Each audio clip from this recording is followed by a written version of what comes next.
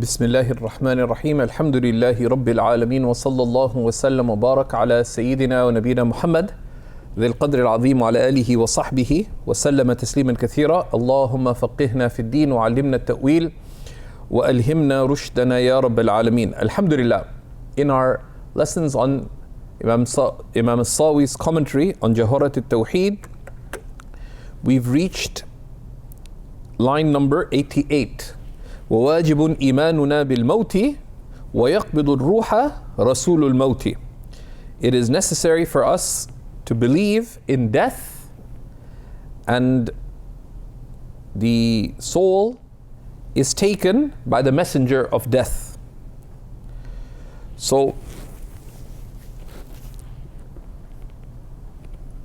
death is a reality affirmed.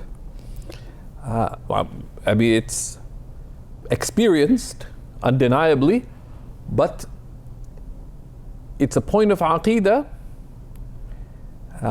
for a number of reasons. One, because Allah subhanahu wa ta'ala mentions it in the Quran and connects it to other matters that one needs to believe in, right? And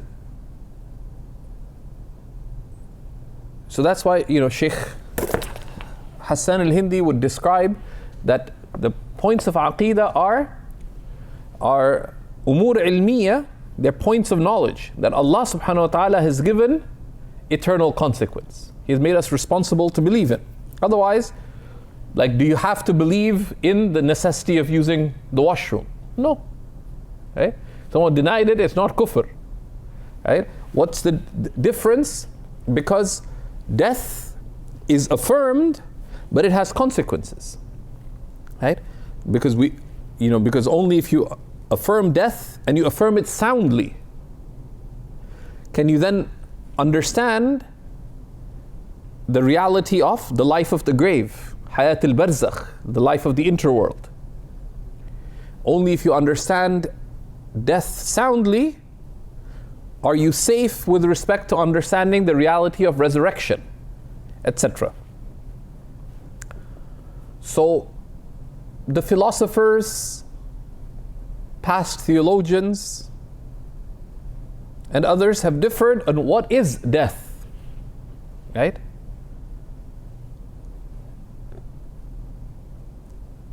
Which of course is derivative of what is life. But death, and of course for those interested in a clear explanation of how do we understand life, Shaykh Muhammad Muhyiddin Abdul Hamid, in his footnotes on Ithaf al-Murid, Sharh Jawhara al-Tawhid, has a very good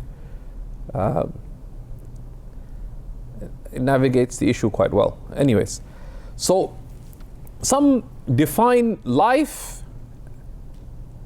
as a hala adamiyya. It's a state of non-being. That it is adamul hayat, right? It is non-life.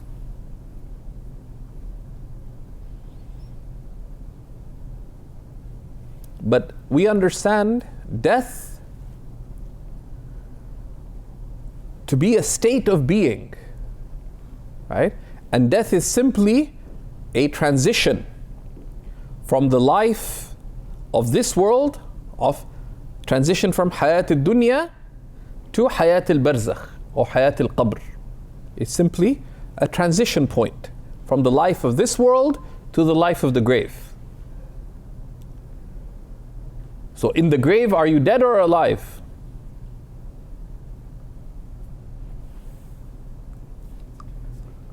No, I'm asking a question. Are you dead or are you alive? Tell me which of the...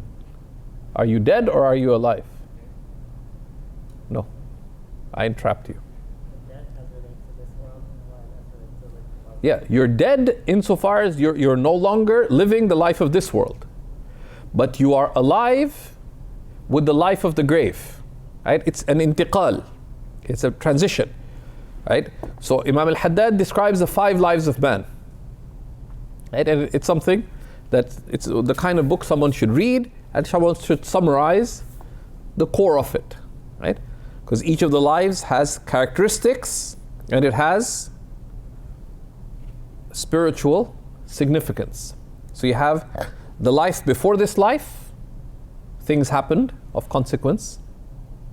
Then you have the life of this world, that's the second life. The third stage in the lives of man is the life of the grave. The fourth is resurrection, and what happens on the day of resurrection. And then you have the hereafter, heaven or hell. فَرِيقٌ فِي الْجَنَّةِ وَفَرِيقٌ فِي السَّعِيرِ. There's also good discussion on death in a short work. Nobody asked for it, للأسف, by Shaykh Abu Yusr Abidin, called At-Ta'rifat, a much neglected small work, but he has some really beautiful points of benefit there. Okay. قوله بالموت, right? It is necessary for us to believe in death. أي إن التصديق بالموت واجب, meaning our confirming as true the reality of death is necessary. قال الله تعالى إنك ميت وإنهم ميتون. Truly you shall die, and indeed they are dying. Or truly you are dying and they are dying. Right? Now mayyit, this is again a masdar. It indicates either the act وقوع الفعل أو الحاصل من الفعل. Right? So one can understand from it either that you shall die, and that's the outward apparent meaning. إنك ميت, indeed you shall die. But the masdar in reality, and this is that's what a surface level reading of it would understand. 10 people hear this, إنك ميت وإنهم ميتون. They understand, أي في المستقبل, one day you will die. But as many an Imam of Tafsir have mentioned, that there is also a metaphysical reality to this, which is you are dying now. It's because the masdar is حقيقة في الحال. It's a reality now, and it's used metaphorically with respect to the future. You are dying, why? Because you have, as the line from Abu Madian cited earlier, من لا وجود لذاته من ذاته فوجوده لولاه عين محال. Anything that does not have existence for itself, from itself. Its existence, were it not for him, would be absurdity itself. At every moment you wink into existence and you wink out of existence. The Prophet ﷺ, Allahumma inni la amliku li nafsi. Right? And he mentioned a whole bunch of things. Oh Allah, I don't possess for myself naf'an wala darran wala hayatan, and I don't possess for myself my life. Right? At every moment Allah grants you life, but does that life remain? No. It is Allah who sustains that life. You do not live independently of Allah. So that life that you have is perishing. The perishing life. Same with the next verse. كل نفس ذائقة الموت. Every soul is tasting death. Right? The obvious outward understanding is every soul, كل نفس سوف تذوق الموت.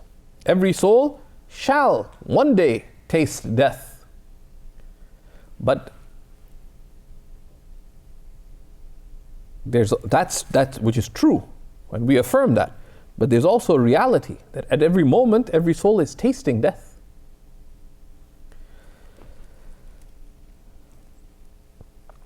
Right? So he says, what is death? وَهُوَ عَرَضٌ يُضَادُّ الْحَيَاةِ. Right? It is a an accident, but accident here meaning it is a quality, right? It is a quality that, the human essence is characterized by. That is the opposite of life, but it is an attribute that is affirmed. ليس بعدم محض. It is not pure nothingness. Right? Right?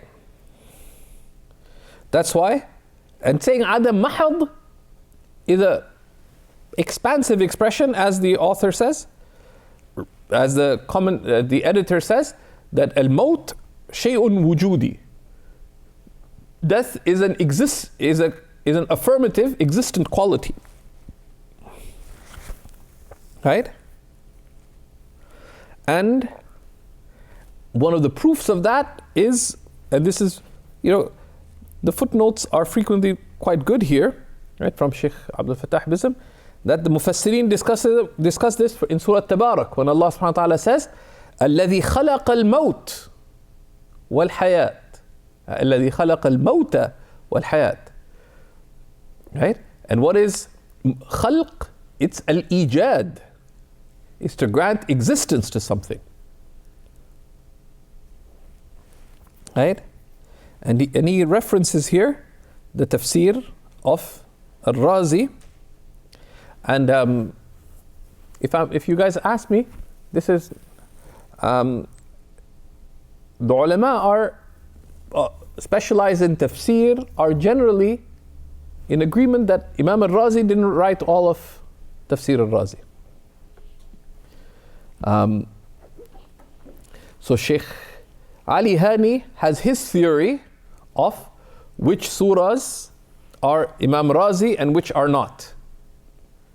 And he sometimes shares, so he has his index of the surahs of the Quran, of the Tafsir al-Razi, and which ones he's sure are Imam Razi and which ones he's pretty sure aren't.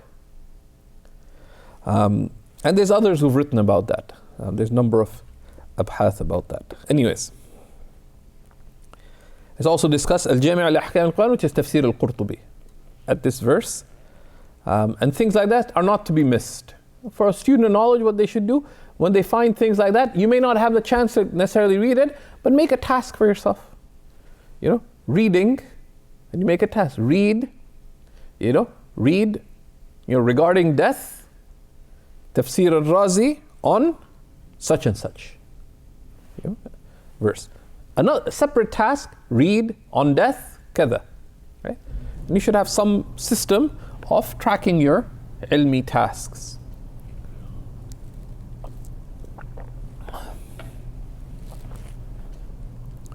At the very least, so so these fawaid you don't miss out on. But it's also good to make a note that where did you find this? Because if you do read it, then you forget, where was this talking about this? So you can put a summary or a fa'idah in over here. Okay. Returning to Imam Sawi, وَإِنَّمَا هُوَ انْتِقَالٌ مِنْ دَارٍ إِلَى دَارٍ. It is but a transition from one abode to the other. فَكُلُّ مَنْ مَاتَ فَقَدْ انْتَقَلَ مِنْ عَالَمِ الدُّنْيَا إِلَى الْبَرْزَخِ. So whoever dies has transitioned from this world, this worldly life, to al-barzakh, ila alam al-barzakh, to the world of the interworld, which is the world of the grave. فإن من مات على الإيمان تمنى عدم العود إلى الدنيا. Because the one who dies upon faith wishes that they never return to this worldly life. لأن عالم البرزخ في اتساعه بالنسبة للدنيا كالدنيا بالنسبة لبطن الأم. Because the interworld, in comparison to this world, is, in its expansiveness, is like this world in comparison with the stomach of the mother. Right? That this world was constricted. Ad-dunya sijnul mu'min. The Prophet ﷺ said, this world is a prison for the believer. Wa jannatul kafir. And a paradise for the disbeliever. وَأَمَّا مَنْ مَاتَ عَلَى الْكُفْرِ وَالْعِيَاذُ بِاللَّهِ تَعَالَى تَمَنَّى الْعَوْدَ إِلَى الدُّنْيَا لِمَا يَرَى مِنْ ضِيقِ بَرْزَخِهِ وَعَذَابِهِ. And as for the one who dies upon disbelief, may Allah protect us, they will wish that they return to this worldly life because of what they behold of the constriction of their life of the barzakh, of their life of the grave, and its torment. فَالدُّنْيَا سَفِينَةٌ مُوصِلَةٌ لِلْبَرْزَخِ. So this worldly life is a ship that is taking you to the interworld. وَالْبَرْزَخُ مُوصِلٌ لِدَارِ الْقَرَارِ. And the interworld is your corridor to your eternal abode. And here Imam Shafi'i has beautiful lines about the smart servants of Allah subhanahu wa ta'ala. You can find them in the Muqaddimah of Riyadh al-Salihin. Inna lillahi ibadan futana طلقوا الدنيا وحاذروا الفتنة ولما رأوها لجة اتخذوا صالح الأعمال فيها سفنا. Right? Truly Allah has smart servants who divorced worldliness and were wary of its stern tests, the fitan. And when they saw it to be but a great ocean, they took righteous deeds as their shore ship. And then it continues. It's beautiful lines from Imam Shafi'i. وَيَقْبِضُ الرُّوحِ رَسُولُ الْمَوْتِ. And the soul is taken, يُخْرِجُهَا, meaning taken out, وَيَأْخُذُهَا بِإِذْنِ اللَّهِ, and taken by the permission of Allah, رَسُولُ الْمَوْتِ, by the messenger of death. وَهُوَ عَزْرَائِيل عَلَيْهِ السَّلَامِ. And it is Azrail alayhi salam. And Azrail, so these angel names are non-Arab names. So they've come in a number of ways. Like Jibreel, right? Even in the Quran, it's come in more than one way. Right? And the qira'at have some nuances about how it's pronounced as well. Right? You can say Jibreel or Jibra'il or Jabra'il. There's a number of ways. Likewise, Mika'il or Mikal, and likewise Azrail as well. وَمَعْنَاهُ عَبْدُ الْجَبَّارِ. And its meaning is the servant of the encompassingly powerful. مَلَكٌ عَظِيمٌ هَائِلُ الْمَنظَرِ مُفْزِعٌ جِدًّا. He's a tremendous angel of an awe-inspiring appearance that is truly shocking. رأسه في السماء العليا ورجلاه في تخوم الأرض السفلى. His head is in the highest of heavens and his feet are in the very lowest depths of the earth. ووجهه مقابل للوح المحفوظ. And his face faces the preserved tablet. وَالْخَلْقُ بَيْنَ عَيْنَيْهِ. And all of creation is between his two eyes. وَلَهُ أَعْوَانٌ. And he has assistants.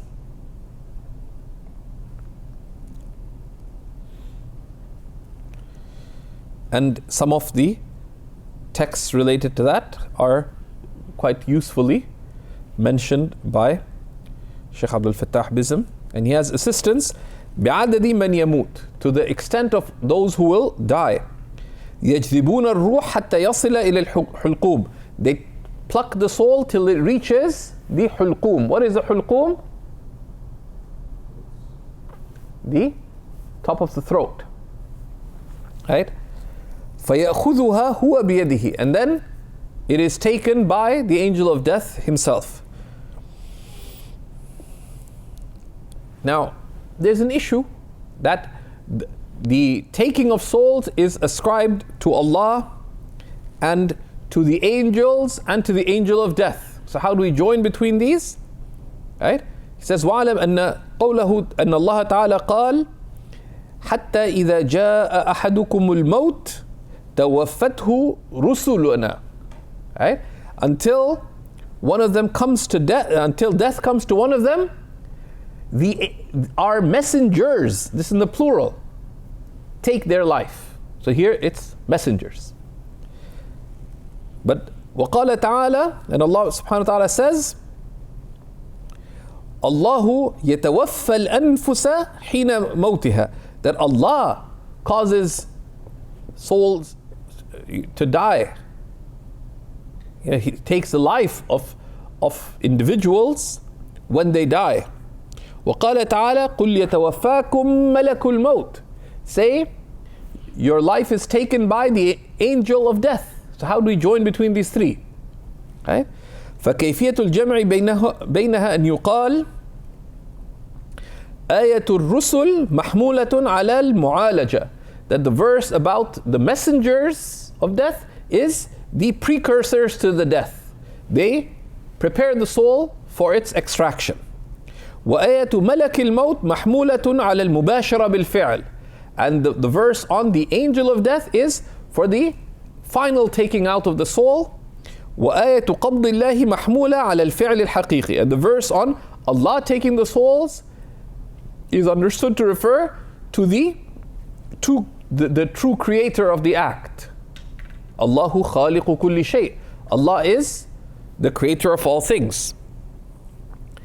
وملك الموت يقبض جميع الأرواح حتى روحه هو. Right? The angel of death will take all souls, including his own soul.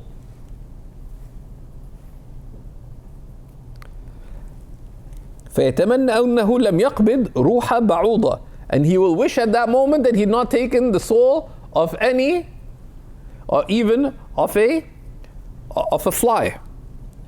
لما يلقى من الحرارة, of what he'll find of the experience himself, of the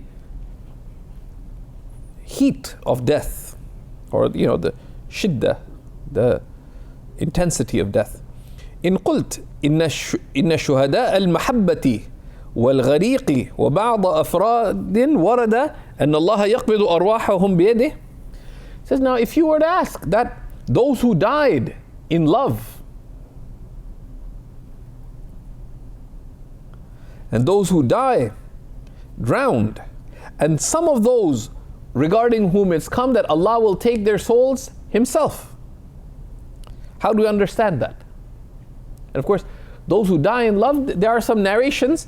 It would not appear to be strongly established from the Prophet ﷺ. Amongst them is the hadith that من عشق فعف فمات مات شهيدا. Whoever loves passionately and who restrains with dignity and dies in that state, dies a martyr. It's not established as a hadith of the Prophet ﷺ. على خلاف فيه. There are muhaddithin who've deemed it sound, and controversially, Shaykh Ahmad ibn Siddiq al-Ghumari wrote a treatise on it, saying it's a sahih hadith. Allahu a'lam. But the meaning, so most of the muhaddithin say it's not ascribable to the Prophet ﷺ, but the meaning is sound. That someone falls passionately in love for somebody, and they restrain it in a dignified manner. Some understood that in a spiritual manner as well. Right? That whoever has intense love for Allah but who restrains it على قانون الشرع, who restrains their love for Allah, right, by behaving فعف, with dignified restraint. They conducted themselves with dignity. They kept their passionate love for Allah within.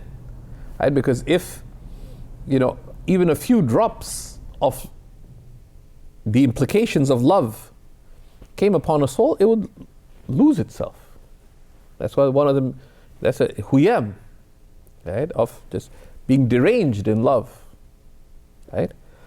Anyways, wal-ghariq, and those who other types of martyrs, right? He puts it refers to the martyrs, the souls will be taken. They mention the martyrs of love, just pointing that martyrdom is not just the martyrdom of the battlefield, but those who lived and died in love of Allah.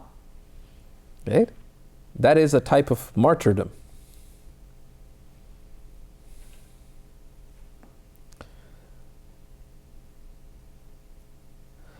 قلت لا ينافي حضور ملك الموت وأعوانه. This does not negate the presence of the angel of death and his assistants there as well. لأنه يحجب عنهم بشهود الله عند خروج روحه. Because they will be veiled. These people, out of divine honor, will be veiled from seeing the assisting angels or the angel of death in their beholding Allah subhanahu wa ta'ala at their point of death. فلا يشهد ملكا يقبضها. So they don't witness an angel taking their soul. فلذا يسهل عليه خروجها. And that's why it'll be easy for them, for their soul to leave them. Right? And then, if someone dies,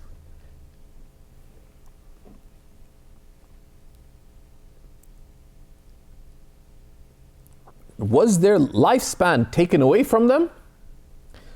So he says, وَمَيِّتٌ بِعُمْرِهِ مَنْ يُقْتَلُ وَغَيْرُ هَذَا بَاطِلٌ لَا يُقْبَلُ. This is a khilaf that happened between the mainstream and some of the deviant groups, that a person dies at the fulfillment of their lifespan, even if killed. And anything else is falsehood, unacceptable. Why? Because we affirm the reality of, there's the ultimate decree.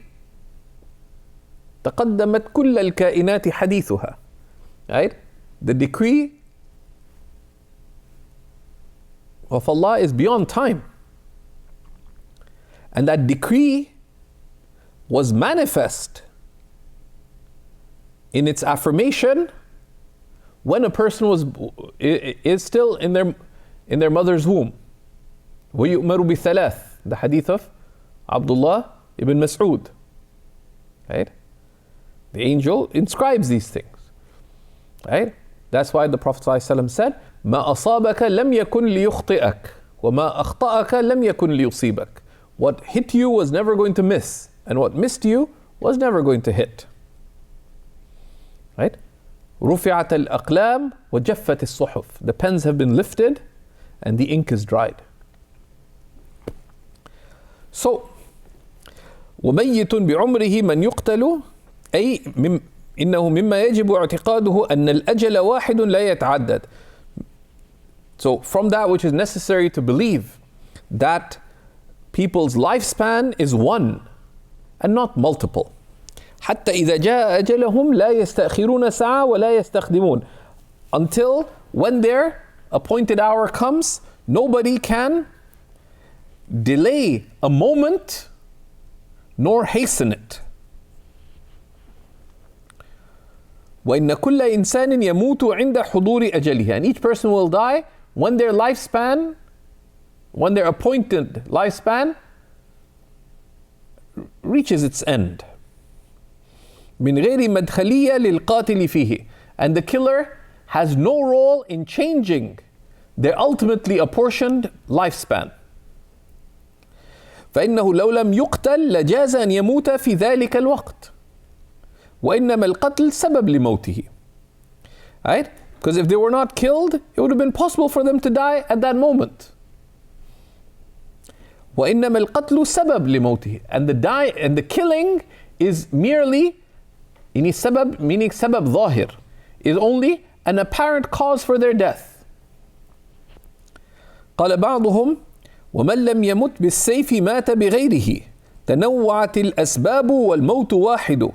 Whoever doesn't die by the sword dies with other than it. The means are many and death is one.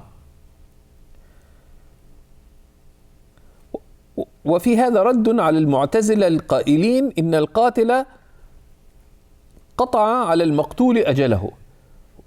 The Mu'tazila said that the killer took the lifespan of another. He said no, because we affirm the reality of destiny. Some of the ulama say, but at the same time we affirm that there is an apparent lifespan and then there is the ultimate lifespan. So what we're talking about is the ultimate lifespan was decreed.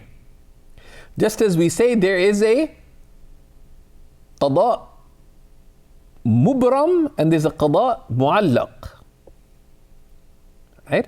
There is the absolute decree which is unchanging. That's what was specified by the divine will in accordance with the divine knowledge in eternity. Is that up for change? No, it's eternal. But there's apparent destiny, which is the way things are flowing. Apparent. And that's how the ulama explain texts such as the hadith that we mentioned earlier of Abdullah ibn Mas'ud. Hadith number 5 or 4 of the 40 Nawawi. Right? حتى يسبق عليه الكتاب, until their destiny overcomes them. Right? Because before, إن أحدكم ليعمل بعمل أهل الجنة, one of you may perform the actions of the people of paradise. حتى لا يبقى بينه وبينها إلا ذراع, until nothing remains between them and it except a handspan. This is their apparent destiny. Even most of the angels may be working on the assumption that that's the way the person is headed.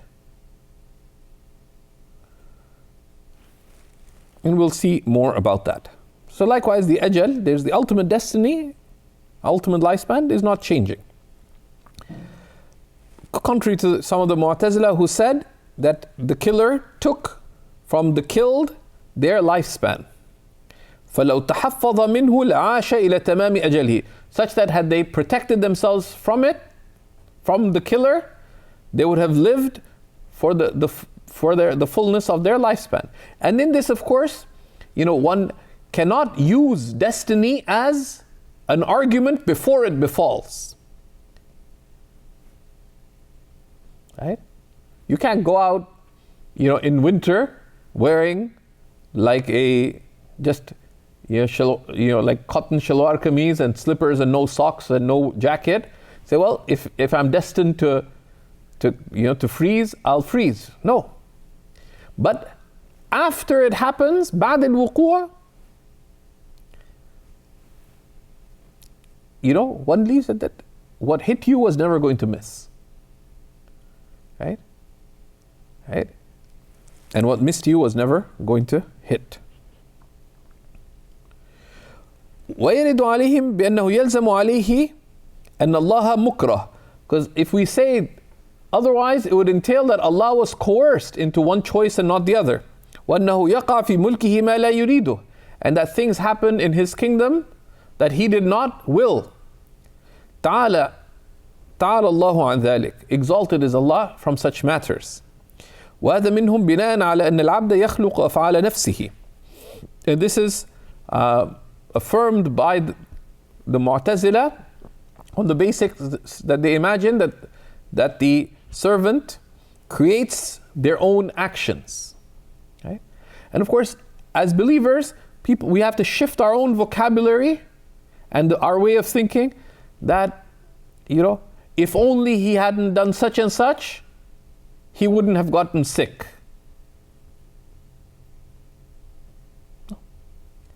الأخذ بالأسباب لازم. The taking of means is necessary. But the means are not ultimately efficacious. Right? And we cannot second guess destiny when it happens. We learn from it. Yeah, learn. Right? There's been a huge surge in coronavirus cases because all these, a whole bunch, there's so many Thanksgiving gatherings. So we had a record surge. Now those who got it, they're going to get it regardless. So we learn from it, but we don't second guess. And we know the hadith about فَإِنَّ لَوْ تَفْتَحُ عَمَلَ الشَّيْطَانِ. That saying, if only, opens the workings for the devil. And we've already seen why this is absurd. Right? To think that a human being creates their own actions. وَغَيْرُ هَذَا بَاطِلٌ لَا يُقْبَلُ. And other than this is false and unacceptable. أي غير ما تقدم غير مطابق للواقع. Right? other than this is, what is the batil? الحق هو ما هو المطابق للواقع. The truth is that which accords to what is. Right? That's الحق. And والباطل هو الغير المطابق للواقع, is that which does not accord to what is.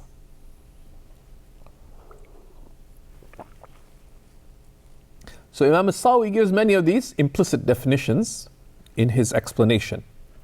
فلا يقبل عند العقلاء المتمسكين بالحق. So it's not acceptable by the rational who hold fast to what is true.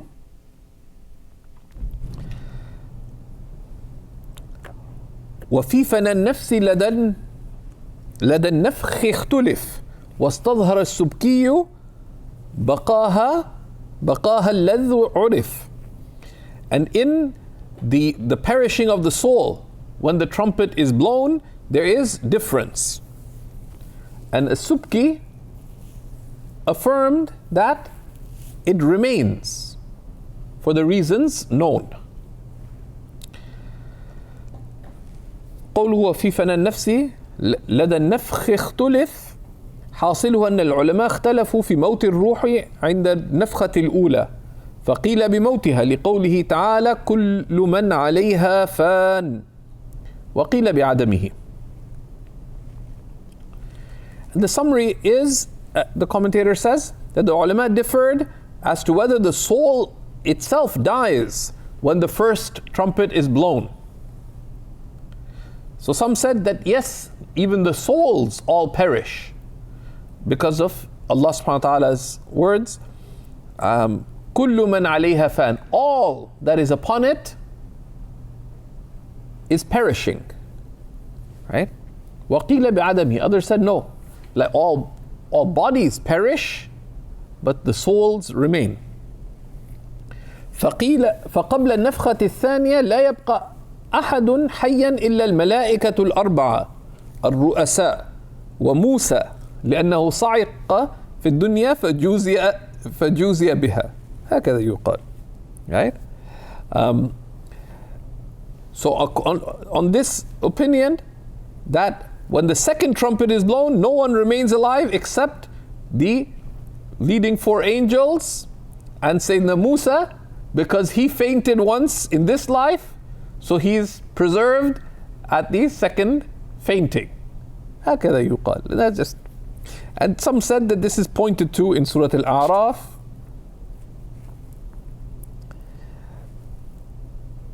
And there's, وقوله استظهر السبكي, and السبكي, of course there's the Subki family is one of the great ilmi families. The most famous are Imam Taqiyuddin al-Subki, who is the father, and his son Tajuddin al-Subki, and they're both great scholars, and you can read about.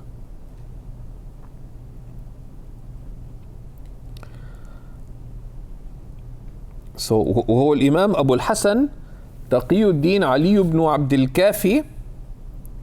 Right? So Imam al-Subki chose بقاها الذ عرف, that the souls remain, أي الذي عهد سابقا, that has been previously understood. فإن العلماء اتفقوا على أن الأرواح باقية بعد الموت, because the scholars agree that souls remain after death. لسؤالها في القبر والجواب, because they're questioned in the grave and they answer. والنعيم والعذاب, and they experience in the grave bliss or punishment. والأصل الاستمرار حتى يصرف عنه, and the basis is that it continue, that is continuity, unless there's something to affirm otherwise.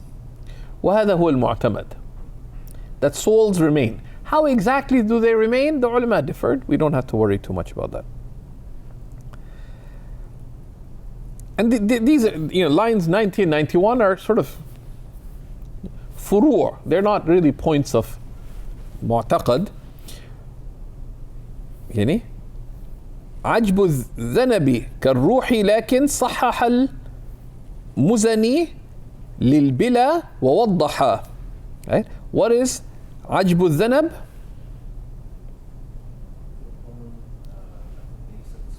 Yeah, so the tip of the spine. So there are, does the tip of the spine, is there something that remains of the human being when everything else perishes? Right? So the tip of the of the spine, right? And how exactly, what extent of it, we don't know. Why do they talk about this? فَقَدْ اخْتُلِفَ فِيهِ. There's difference of opinion. فَقِيلَ يَبْلَى. They said even that perishes when everything else perishes. وَقِيلَ لَا. And others said no, it will not perish. وَهُوَ الصَّحِيحِ. And this is the sound opinion, meaning the more sound opinion. لِحَدِيثِ الصَّحِيحَيْن. Because the hadith in Bukhari and Muslim from Abu Hurairah رضي الله تعالى عنه أنه قال النبي صلى الله عليه وسلم ليس من الإنسان شيء إلا يبلى إلا عظما واحدا وهو عجب الذنب. That there's nothing of the human being except that it will perish except for the tip of their tail. منه خلق الخلق يوم القيامة. And from it the human will be reconstructed on the day of resurrection.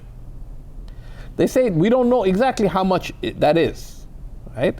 Exactly how much that is. It's not a specific thing, and it's just there's a hikmah that the least that we affirm from that is that invariably something remains of the human being. Now, does that remain including when the trumpet is blown? We don't know, right? Anything characterized by life generally goes. Now, what happens to the souls of the prophets? What happens to the bodies of the prophets? Because the bodies of the prophets are preserved.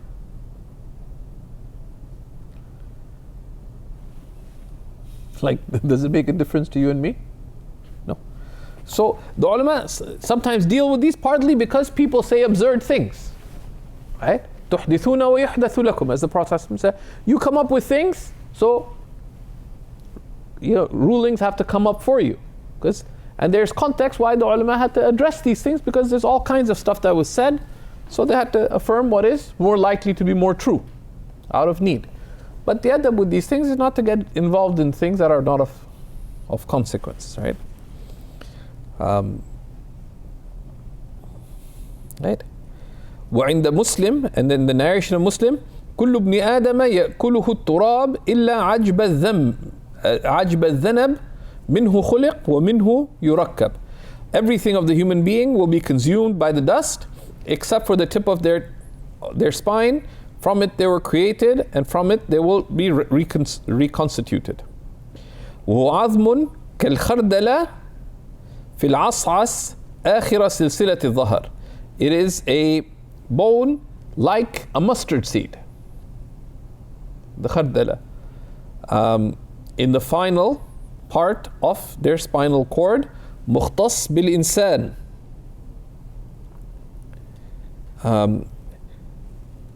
كغرز الذنب للدابة. It is unique to the human being, like the parts of a tail for animals. قوله لكن صحح المزني. However, المزني وهو الإمام إسماعيل بن يحيى صاحب الإمام الشافعي. That's Imam Ismail ibn Yahya, the leading companion of Imam, leading companion meaning the leading student of Imam al-Shafi'i. He chose للبلا ووضح, that it too upon the blowing of the trumpet would be extinguished. أي بين ما تمسك به, and he explained why he said that. لكن علمت أن الصحيح هو الأول, but he said that we've seen that the previous opinion that it is preserved is a stronger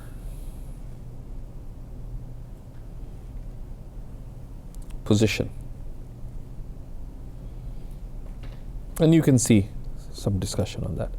It says, وَكُلُّ شَيْءٍ هَالِكٌ قَدْ خَصَّصُوا عُمُومَهُ فَاطْلُبْ لِمَا قَدْ لَخَّصُوا. Line 92, everything shall perish. However, they specified from the generality of this certain things. So seek out what they summarized. Right?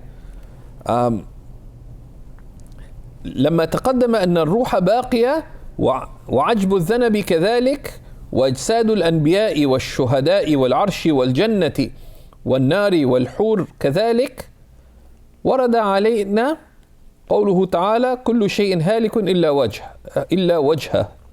فأجاب المصنف رحمه الله تعالى عن هذه الآية بأنها من العام الذي أريد به الخصوص، أي فهو مخصوص بما قد ورد الشرع ببقائه، فصارت الكلية غير عامة لذلك. وأجيب أيضا بأن المراد هالك أي قابل للهلاك، أما هلاكه بالفعل أو لا فشيء آخر. Says, given that we've seen that the souls will remain, right? When the trumpet is blown, all bodies perish, right? Even in the grave, the whole world ceases to be, but that souls will remain. And the tips of the tail, it is said, and there's khilaf on it that we've seen, the tips of the tail, the tips of the spine, and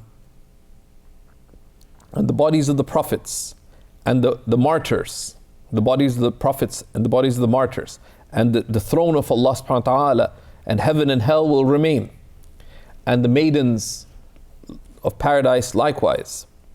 Then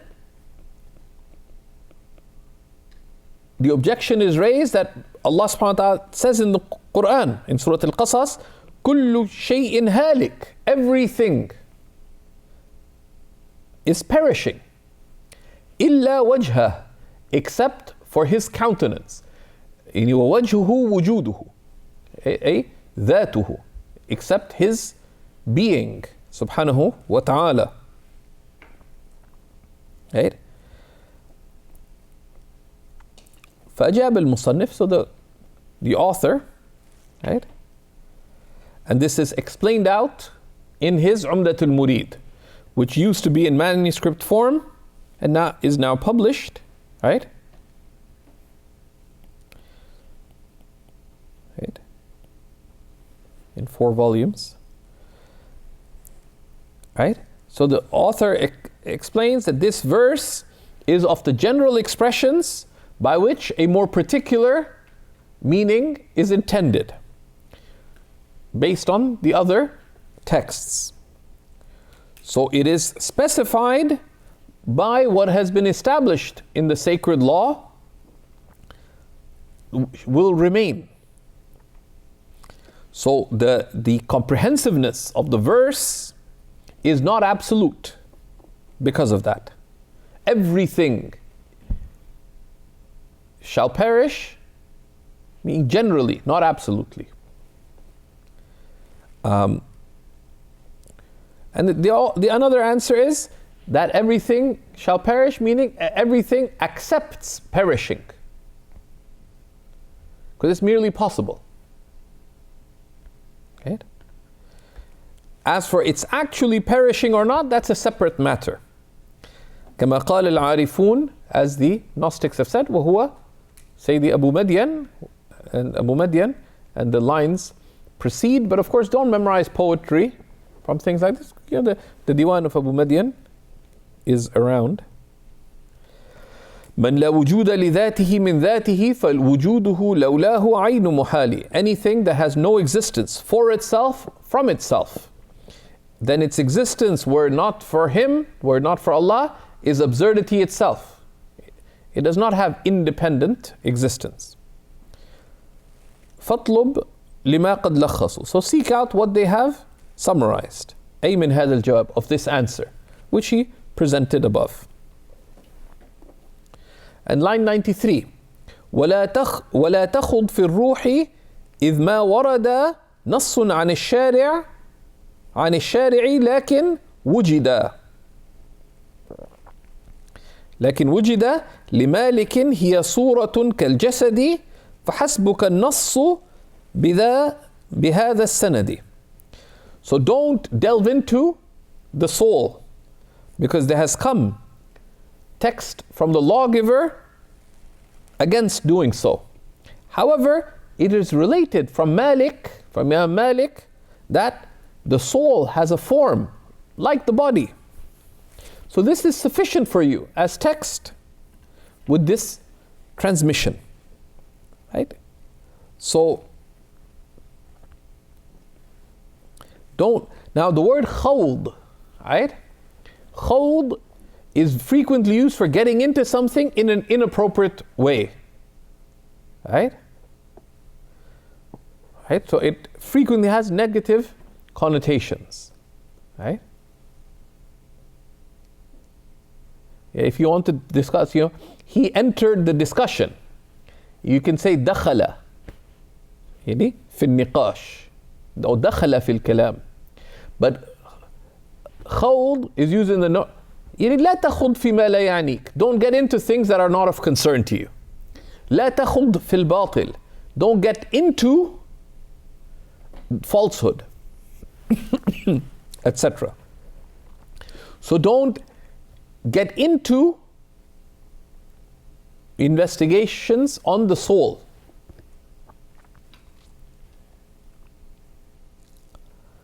Right? And the soul being, what is the basis of our consciousness?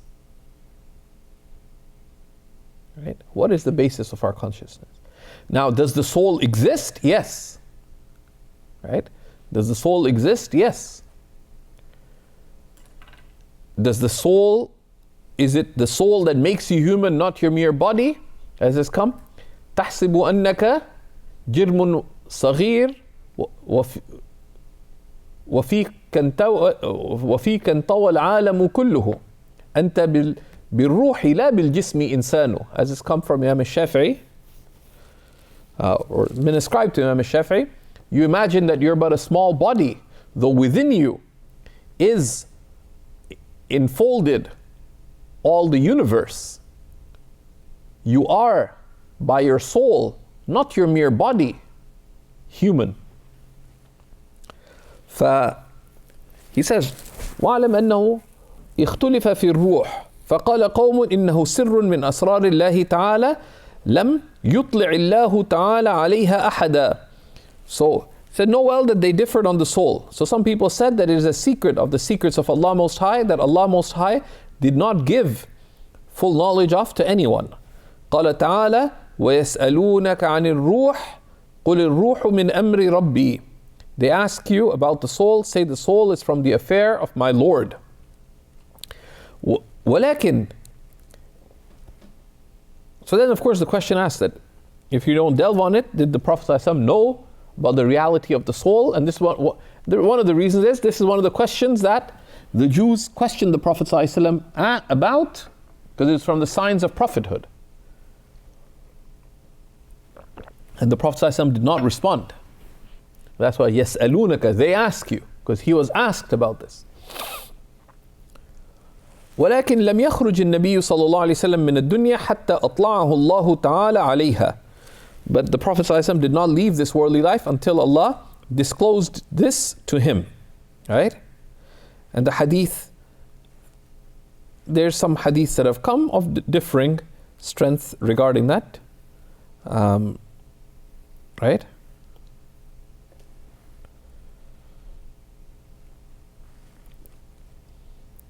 Right? And the comment, and Shaykh Abdul Fattah Bism is wary of affirming it, whether he was granted knowledge of it or not. And there are 5 things that are mentioned in the Quran that are of the unseen.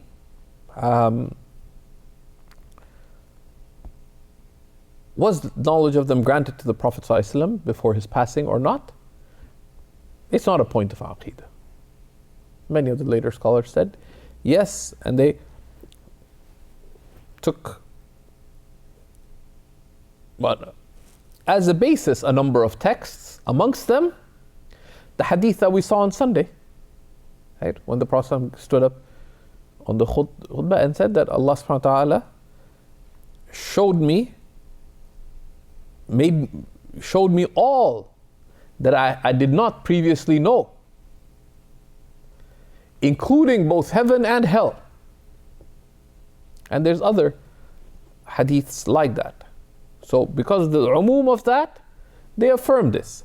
And ultimately, do we have knowledge of those details? No.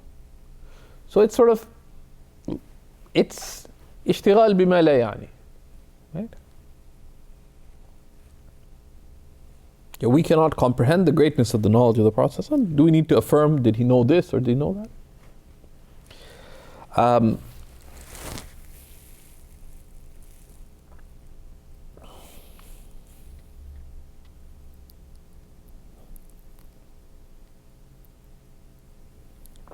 But the basis of that are those hadiths in Bukhari and elsewhere. And are they general or absolute in their indication? And even the commentators on Bukhari differed on that, and became a point of, it remained a point of difference amongst the ulama. So Imam Sawi says, the Prophet did not leave this worldly life until Allah subhanahu wa ta'ala disclosed this to him. وعلى غيرها من سائر المغيبات, and besides this of all matters of the unseen, التي يليق علمها بالحوادث, that befits being known by created things. وأمره الله تعالى ببث البعض, and Allah commanded him to spread knowledge of some of them, وكتم البعض, and to keep knowledge of some of them to himself. وخيره في البعض, and he granted him choice regarding some of them. وهذا أكبر دليل على عجز الإنسان, and this is of the greatest proofs of the incapacity of the human being. Now this is going back to the knowledge of the soul, right? So the issue of the knowledge of the Prophet ﷺ, etc., becomes a matter of argument, but the vastness of prophetic knowledge, right?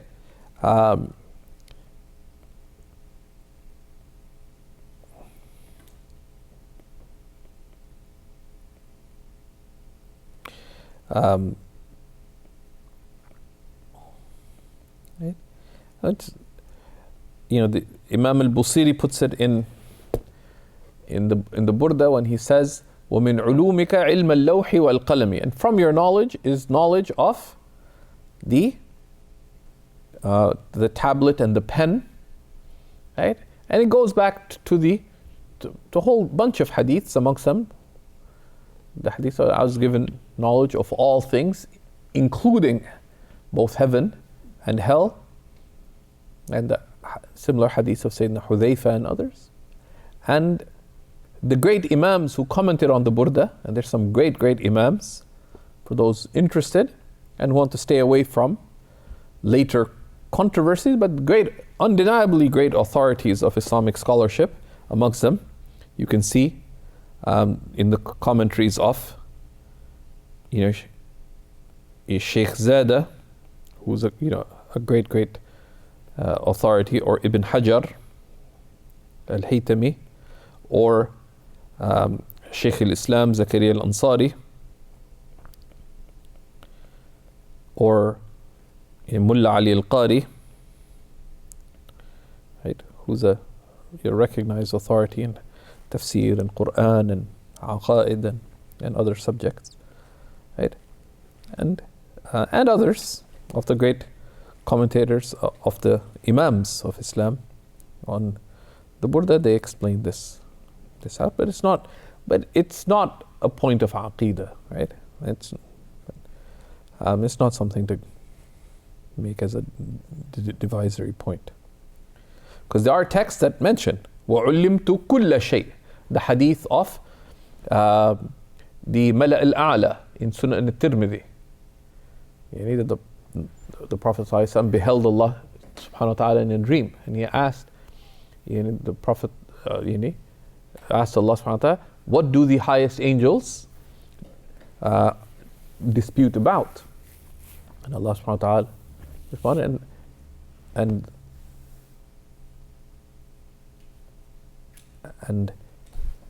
of course in the dream a hand was put on the Prophet ﷺ, and it says, and I was granted knowledge of all things.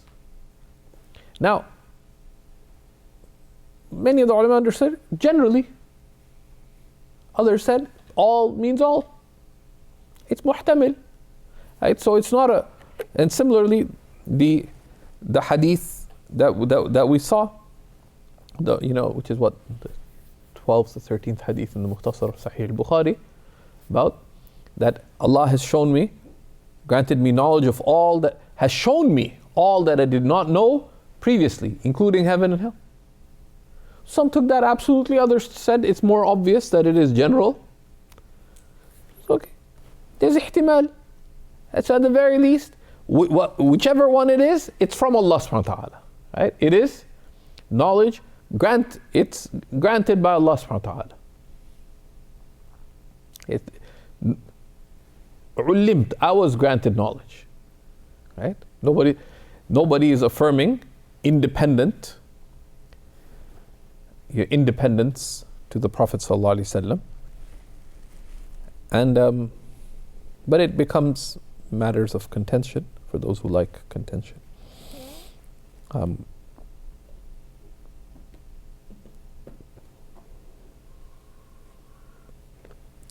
But going back to the issue of the soul, our inability to know the reality of the soul, which is the basis of our existence, he says, وَهَذَا أَكْبَرُ دَلِيلٍ عَلَى عَجْزِ الْإِنسَانِ. This is of the greatest proofs of the incapacity of the human being. حَيْثُ لَمْ يَعْرِفْ أَقْرَبَ الْأَشْيَاءِ إِلَيْهِ. Because you don't know the closest of things to yourself, which is you don't know the reality of the basis of your own life. وَهِيَ رُوحُهُ الَّتِي بَيْنَ جَنْبَيْهِ, which is the soul that is between their two sides. وَهَذَا الْقَوْلُ هُوَ الْحَقِّ. And this is the truth.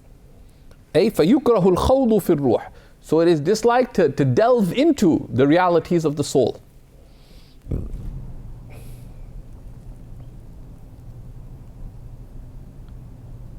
The realities, they're speculating into its reality in ways not rooted in revelation and not resulting in the maqasid, the aims of revelation. Right? So the ulama who delved into it, the ulama of Ahl Sunnah, delved into it, one, to dispel what innovators affirmed about it, because of the philosophers and sects, they affirmed wrong things, so they clarified what can be soundly affirmed. Number one. Number two, the ulama of spirituality talked about cultivating the soul, the ruh, because the ruh is a faculty within that can experience the divine. So they're not looking at its reality, but rather at its capacity, which is a capacity affirmed in the Quran and the Sunnah. Now that's a lot more fruitful. Because a prohibition has come to it regarding it from the lawgiver, عِلَّةٌ لِلنَّهِي الْمُتَقَدِّمِ أي فَيُكْرَهُ الْخَوْضُ لِعَدَمِ وُرُودِ نَصٍّ مِنَ الشَّارِعِ. Because of, so it's disliked to delve into it because there are no decisive texts from the lawgiver, from Allah and His Messenger sallallahu alaihi wasallam, بِبَيَانِ حَقِيقَتِهَا, in explaining its reality. And this is the position of the great Imams of the spiritual path as well. قال الإمام الجنيد قدس الله سره الروح شيء استأثره الله تعالى بعلمه ولم يطلع عليه أحدا من خلقه. So Al-Junaid said, the soul is something that Allah has chosen to keep its true knowledge to Himself, and He did not disclose regarding it to anyone of His creation. فلا يجوز لعباده البحث عنه بأكثر من أنه موجود. So it's not permitted for His servants to delve into it with more than it being existent. انتهى. فلا علم لنا بحقيقتها ولا بمقرها من الجسد. We don't know its ultimate reality nor where it is in the body. Right? But he says, لكن وجد لمالك هي صورة كالجسد, but it's been related from Imam Malik that it has a form like the body. So this is transmitted from Imam Malik. Al-Murad li ashabi Malik. From Malik meaning from the companions of Malik. وَنَقَلَهُ النَّوَوِيُّ عَنْ إِمَامِ الْحَرَمَيْنِ. Imam al-Nawawi relates this from Imam al-Haramain, Imam al-Juwayni, the teacher of Imam al-Ghazali. من السادة الشافعية, of the Shafi'is, حيث قال إنها جسم لطيف شفاف حي لذاته مشتبك بالأجساد الكثيفة اشتباك الماء بالعود الأخضر على هيئة جسد صاحبها. So Imam al-Juwayni defined it that it is a subtle body that is transparent, alive, with its own life. لذاته doesn't mean independent of Allah, mean that has its own life. Meaning its life is not dependent on the body being alive. If the body is burnt, the soul still remains alive. And the footnotes explain that. That is interspersed with the body, with the tangible body, like the way that water is interspersed within living wood, like green wood, right? That there's liquid everywhere, right? That has the same form as the body of its person. So it is said. واحتجوا لها بوصفها بالهبوط والعروج والتردد في البرزخ. And they use as argument for this the fact that it has been characterized by coming down and rising and going back and forth in its life in the barzakh. وأورد على هذا القول أنه إذا قطع عضو حيوان لزم قطع نظيره من الروح. And an argument made against this is that this would mean that if a body part of the human were cut, would some part of the soul be cut then? فيلزم عليه عدم بقائها. So that was some of the soul cut as well? مع أن القول ببقائها هو المعتمد. Whereas we would affirm that the soul remains according to the relied upon position. وأجيب بأن لطافتها مقتضية لسرعة انجذابها. And the answer to that is that because it is subtle, if a part of the body is cut, the soul slinks away and is unaffected by the cutting. من ذلك العضو المقطوع, from the limb that gets cut or destroyed. قبل انفصاله, before it is removed. أو سرعة الالتحام بعد القطع, or it recovers quickly كالأجساد الهوائية. It's like subtle bodies. وسائر المائعات, or like liquids. Right? We don't know.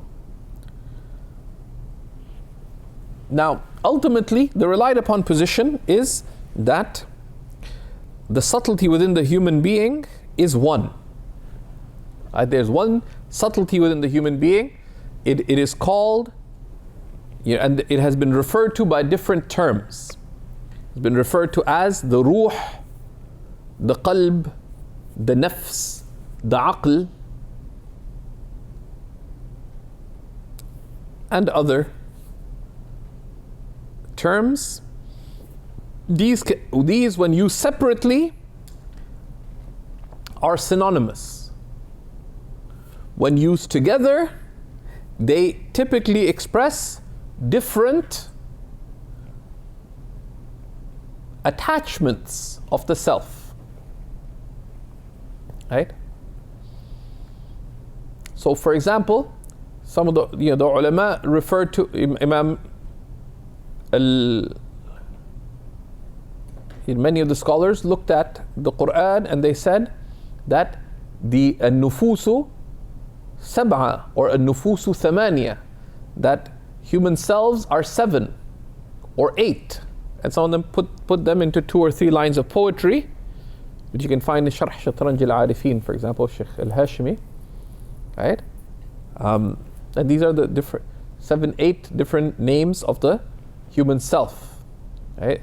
النفس الأمارة بالسوء, النفس اللوامة, right?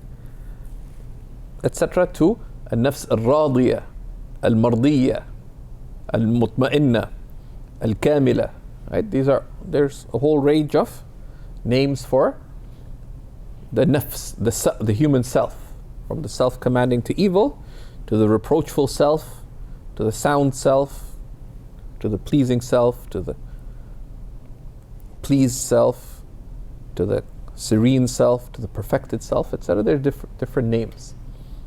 And you can see one beautiful expression of this in a wonderful little book translated into English as Degrees of the Soul, Maratibun Nafs, by one of the Khalwati scholars, translated by Dr. Mustafa al-Badawi, and the PDF of Maratibun Nafs is available in Arabic. Others talk about the three types of heart, al-qulubu thalatha, because in the Quran you see the corrupt heart, the submissive heart, and the purified heart, right? So you see the and discussions of it in that way, of the types of heart, are talked, for example, in Imam Zarruq's book I'anatul Mutawajjih al-Miskin, which Shaykh Hamza, it is characteristic stylistic flair, translated as Poor Man's Book of Assistance. Hafidhahullah. And it's a beautiful little book by Imam Zarruq. And many others have talked, others talk about maratibul uqul, different types of intellect, especially some of the philosophically minded ulama. So they have the al-aql al-salim, the sound intellect, and other types of intellects. وقال العز بن عبد السلام إن في كل جسد روحين إحداهما روح اليقظة التي أجرى الله تعالى العادة بأنها إذا كانت في الجسد كان الإنسان متيقظا فإذا خرجت منه نام الإنسان. So Al-Izz ibn Abd salam, Sultan al-Ulama, said that the human being every body has within it two souls. One of them is the wakeful soul, which it's the divine norm that when it's within the body, the human being is awake. فإذا خرجت منه نام الإنسان. And if the waking soul leaves the person, they fall asleep. ورأت تلك الروح المنامات. And then that soul sees dreams and the like. والأخرى روح الحياة. And the second is the soul of life. التي أجرى الله تعالى العادة بأنها إذا كانت في الجسد كان حيا. And the second is the soul of life, which is the divine norm that if it's present in the body is alive. فإذا فارقته مات. And if it leaves the body dies. فإذا رجعت إليه حيي. And if it returns to the person comes back to life. ولا يعلم مقرها إلا من أطلعه الله تعالى على ذلك. And no one knows where exactly the soul is except for someone whom Allah subhanahu wa ta'ala shows that. فهما كجنينين في بطن امرأة. So they are like two infants in a mother's stomach. والحق أنه, that's what Al-Izz ibn Abd salam said. والحق أنها روح واحدة مقرها على طريق من خاض فيها القلب أو البطن أو قريب أو قرب ذلك. He says the truth is that the soul is one, and its place, according to those who delve into this, is the heart or the stomach or somewhere there, somewhere around the middle of the person. Right? And we don't know this for sure. He says ala tariq, according to those who delve into it, indicating that this is not a point of aqidah. Where is the soul? وشعاعها مقوم للجسد كالشمعة الكائنة وسط آنية من زجاج. And its flame, its shu'a, like its flame or its light, is what sustains the body, just like the light of the candle that is in the middle of a glass container. It sustains the light of the lamp. فَأَصْلُهَا في وسطه. The basis of it is in its middle. وَنُورُهَا سار في جميع أجسائه. But its light is in all parts of the human, just as, you know, the light is just in one place in the lamp, but it spreads through from all sides. هذا في الحياة. This is in life. وما بعد الموت, as for after death, فأرواح الأنبياء في الجنة. After death, the souls of prophets are in paradise. وأرواح الشهداء في حواصل طيور خضر في الجنة. And the souls of martyrs are in the beaks of green birds in paradise. وأرواح المطيعين غير الشهداء بأفنية القبور في البرزخ. And the souls of obedient servants who are non-martyrs will be in their graves in the barzakh. وحده من أفنية القبور إلى باب الجنة. And they are from the edges of their graves to the gate of paradise. وأرواح الكفار ببئر برهوت بحضرموت. And the souls of disbelievers will be in the well of Barhut in Hadramaut. So it has come in some texts. Allah subhanahu wa ta'ala a'lam. فحسبك النص بهذا السند. أي يكفيك في هذه المسألة ما ورد عن أصحاب مالك. So it's sufficient in with regard to this that something has been authentically related from Imam Malik. فمراده بالسند المسند إليه. What's meant by the sanad is whom it is ascribed to. وليس المراد بالسند معناه الأصلي. And what's not meant is by this chain of transmission. وهو طريق الحديث, which is a chain of transmission hadith. Then he says والعقل كالروح لكن قرروا فيه خلافا فانظرا ما فسروا. And they said the intellect is like the soul, but they detail regarding it some differences. So look at what they explained. And the commentator will give some explanation. So these are some supplementary investigations.